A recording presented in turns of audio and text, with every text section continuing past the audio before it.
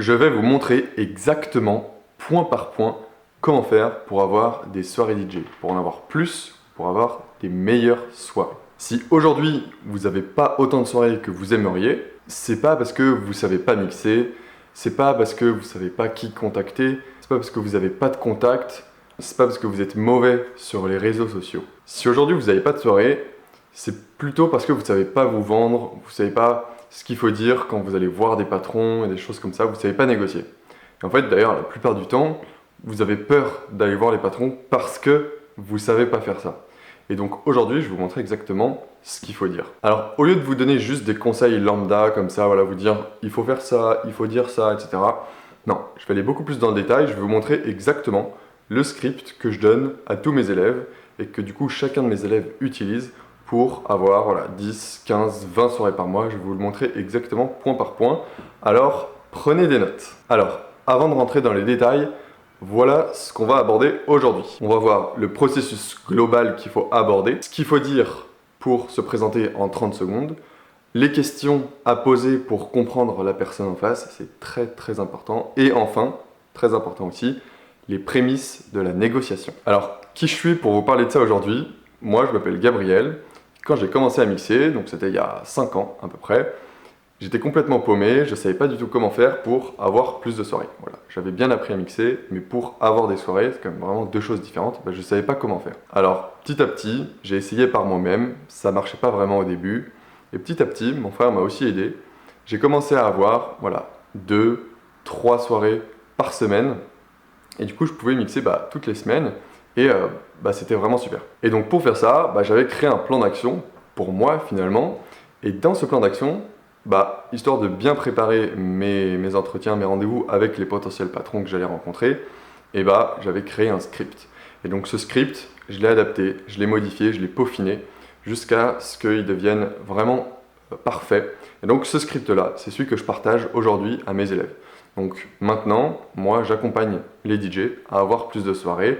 Et dans mon accompagnement, donc dans lequel j'accompagne des dizaines de DJ différents, je partage exactement tout ce qu'il faut faire, le plan d'action, le script que je vais vous partager aujourd'hui et encore plein d'autres choses pour réussir à atteindre ses objectifs et avoir plus de soirées. Donc aujourd'hui, les élèves dans mon accompagnement utilisent la version améliorée de ce script que je vais vous partager aujourd'hui et ça leur permet d'avoir 10, 15, 20 soirées par mois.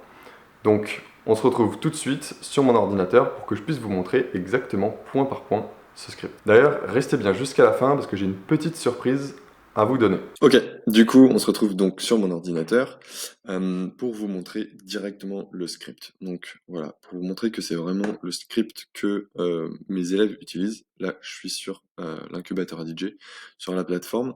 Et donc, dans cette partie, avec justement toute la partie de formation, donc voilà, il y a des semaines avec des vidéos un peu de partout.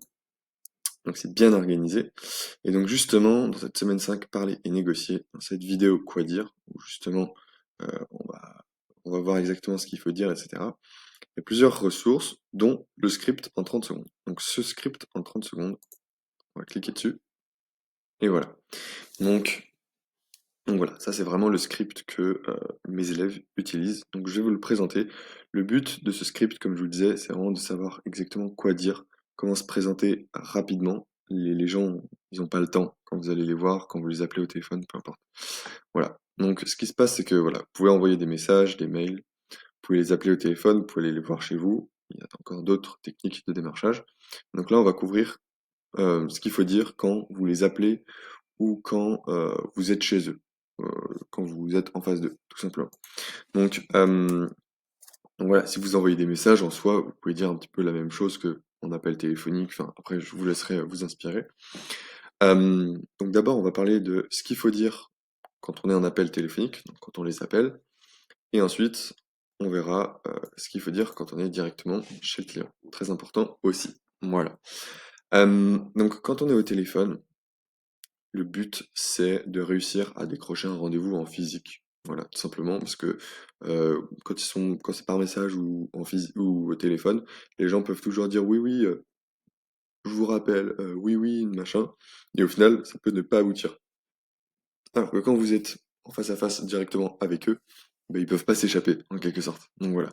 Donc le but, c'est vraiment de réussir à décrocher un rendez-vous en physique avec eux. Quand je dis eux, c'est le patron ou le responsable, enfin le directeur artistique ou le responsable, peu importe, celui qui va prendre la décision euh, d'avoir un DJ ou pas.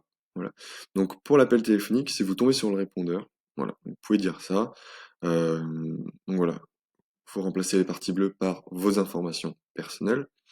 Donc, bonjour, je m'appelle Gabriel, je vous contacte parce que je suis DJ depuis plus de 5 ans par exemple. Donc là, je vous contacte parce que je suis DJ, ça c'est bien. Depuis plus de tant d'années, vous n'êtes pas obligé de le mettre. Si ça fait 35 ans que vous mixez, mais que vous avez pas de soirée, ils vont trouver ça un peu bizarre. Donc vous pouvez dire, je vous contacte parce que je suis un DJ de ce style-là avec beaucoup d'expérience, par exemple. Vous pouvez dire ça. Voilà. Vous pouvez tourner les choses un peu différemment. Et j'aurais aimé savoir si vous accueillez des DJ chez vous régulièrement. Là, en une phrase, on sait comment on s'appelle, enfin la personne en face sait comment vous vous appelez, comment, enfin elle en sait un peu plus sur vous, et en plus de ça, elle sait que vous êtes un DJ, et en gros, elle sait que vous allez vouloir mixer. Est-ce que vous êtes disponible prochainement pour en discuter en face à face? Je pourrais vous parler plus de mon style de musique, de mes expériences passées, retours clients, etc. Vous pouvez d'ailleurs aller voir mon Instagram, et là vous donnez votre Instagram. Au plaisir d'en discuter avec vous, et là vous donnez votre numéro de téléphone. Voilà. Donc ça, c'est s'il y a un répondeur, et s'il n'y a pas de répondeur, si la personne répond directement, c'est encore mieux, vous allez pouvoir plus lui poser les questions. Donc globalement, il va falloir dire à peu près les mêmes choses, mais ça va être différent, vous allez voir. Bonjour, je m'appelle, et je vous contacte parce que je suis DJ depuis plus, et voilà. Donc là, c'est exactement la même phrase. S'ils disent oui, on a déjà des DJ, et bah, ok, très bien. On essaye de poser des questions, on essaye de comprendre où ils en sont, à quel intervalle, est-ce que c'est des DJ résidents, est-ce que c'est plus juste des soirées uniques, par exemple, faites de la musique, ou j'en sais rien. Voilà, on essaye de comprendre. S'ils ont pas de DJ, bah voilà, vous pouvez dire, bah, moi, j'ai étudié votre établissement, et je pense sincèrement qu'un DJ chez vous pourrait amener plus de clientèle et développer une ambiance très sympa. Voilà, le but c'est de vendre un petit peu le fait d'avoir un DJ, pas forcément d'avoir vous comme DJ, mais d'abord le fait d'avoir un DJ. Voilà. Êtes-vous disponible? Donc voilà, on essaie de voir un petit peu ce qu'ils réagissent, enfin leur réaction en fonction de leur réponse. Voilà, après faut pas être fixe avec ce script, faut essayer de s'adapter bien entendu. Mais donc voilà. Êtes-vous disponible prochainement pour en discuter face à face? Je vous parlerai plus de mon style de musique, de mes expériences passées, retours clients, etc., etc. Le but, c'est vraiment de fixer un rendez-vous. Voilà, comme je disais. Et s'ils vous disent, bah non, non, je suis pas disponible en face à face, ok, est-ce qu'on peut en discuter maintenant? Et du coup, à ce moment-là, on essaye d'en discuter directement. Donc le but, c'est d'expliquer un petit peu tout ça, c'est-à-dire votre style de musique, pardon. Vous pouvez les renvoyer vers votre SoundCloud, Mixcloud, pourquoi pas. Parler de vos expériences passées, des retours clients. Donc là, c'est bien de donner tous les noms des endroits où vous êtes allé, de rediriger vers votre Instagram. C'est pour ça qu'il faut que ce soit vraiment bien ficelé avant. Et voilà. Et ensuite, du coup, vous pouvez les rediriger vers ça. Voilà. Le but d'un appel téléphonique, c'est vraiment de décrocher un rendez-vous en direct. Voilà. Très important.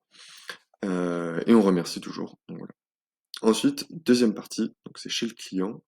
Euh, donc si voilà, si vous avez envoyé des messages ou des appels téléphoniques, mais que vous avez eu aucune réponse avant, et ben on fait d'abord ça. Donc on reprend un petit peu cette partie là, un peu de découverte, j'ai envie de dire. Je suis DJ, j'aurais aimé discuter avec les personnes qui s'occupent de ça. Est-ce que vous savez si cette personne est là? Voilà. Donc c'est important de trouver la personne qui va prendre la décision, que ce soit le patron, que ce soit le directeur artistique, peu importe. Voilà. Si elle est là, tant mieux. Est-ce qu'on peut la voir? Oui, ok. Et après, quand on est avec la bonne personne, on peut reprendre la discussion qu'on aurait eue avec quelqu'un qui répond au téléphone. Donc, c'est ce qu'on a vu juste avant. C'est-à-dire, voilà, demander s'ils accueillent des DJ chez eux régulièrement, à quel intervalle, etc., comment ça se passe, se présenter, etc. Si la personne n'est pas là, c'est très important d'essayer d'avoir leur contact. Franchement, c'est presque ça le plus important, c'est d'avoir le contact de la bonne personne. Donc voilà, on essaie de savoir quand est-ce qu'elle sera disponible, est-ce qu'on peut avoir son contact. Si la personne, et souvent, ça peut être, je sais pas, un serveur par exemple, il va vous dire, bah non, je suis désolé, je peux pas vous donner son contact. Pourtant, il a même pas du tout son contact. Et du coup, vous essayez de savoir quand est-ce que la personne est disponible. Comme ça, je sais pas, la semaine prochaine, vous pourrez repasser dans cet endroit-là pour demander euh, à voir ces personnes-là parce que normalement, elles devraient être là. Voilà, très important. Et si vous aviez un rendez-vous qui était prévu, par exemple par message ou par téléphone, vous êtes convenu d'y aller lundi à 18h, j'en sais rien. Donc imaginons qu'on soit lundi à 18h. Ben là, à ce moment-là, euh, on va pouvoir rentrer directement dans le vif du sujet. Voilà. Je m'appelle Gabriel.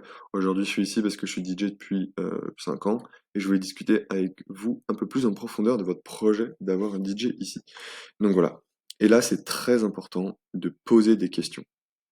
C'est bien de se décrire, de dire qui on est, quel style de musique on fait, etc., de parler de ses expériences. Mais le plus important, c'est d'abord de poser des questions. Quel style de prestation est-ce que vous aimeriez? Quel style musical? Quel horaire? De 20h à minuit ou de 22h à 5h? Ça peut être vachement différent. Est-ce que vous avez envie d'avoir quelque chose de régulier, tous les mercredis ou jeudis ou vendredis ou samedi? Voilà. Et en fonction des réponses, on essaye de bien aller en profondeur. Voilà, pour réussir à bien négocier, ça c'est dans une autre vidéo, il faut vraiment réussir à bien comprendre la personne en face. Donc là, c'est exactement ce qu'on fait, on essaye de poser le plus de questions possible. Et donc, une fois qu'on a bien compris exactement ce que la personne cherchait, donc on arrive bien à visualiser ce que la personne en face elle veut, et ben à ce moment-là, on peut dire, ok, très bien, je vois exactement ce que vous recherchez. J'ai compris que vous recherchiez quelque chose de, et là vous résumez ce qu'il vient de vous dire. Vous pouvez dire exactement la même chose de ce qu'il vient de vous dire.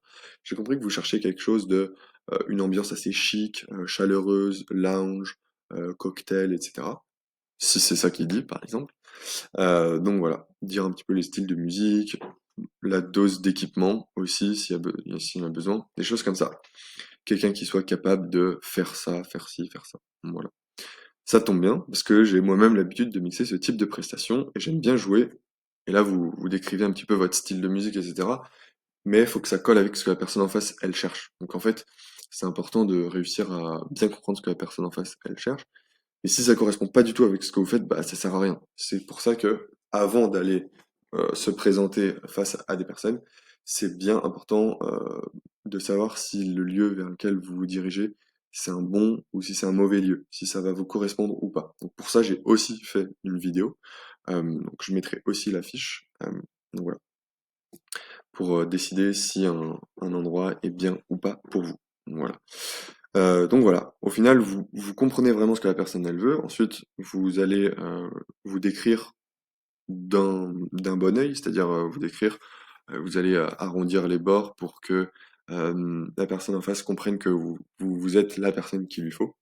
Et donc voilà. Et ensuite, il faut réussir à vraiment rentrer dans le concret. Et donc pour rentrer dans le concret, voilà, on explique sa manière de fonctionner, on demande quels équipements est-ce qu'il faudrait amener, etc. Donc là, vous pouvez aller voir en direct les enceintes qui sont installées, peu importe. Et voilà. Et donc, on rentre dans le concret. Le but d'un rendez-vous en physique, quand vous allez parler avec quelqu'un, c'est de réussir à décrocher sa première soirée. Au début, il faut juste une seule soirée.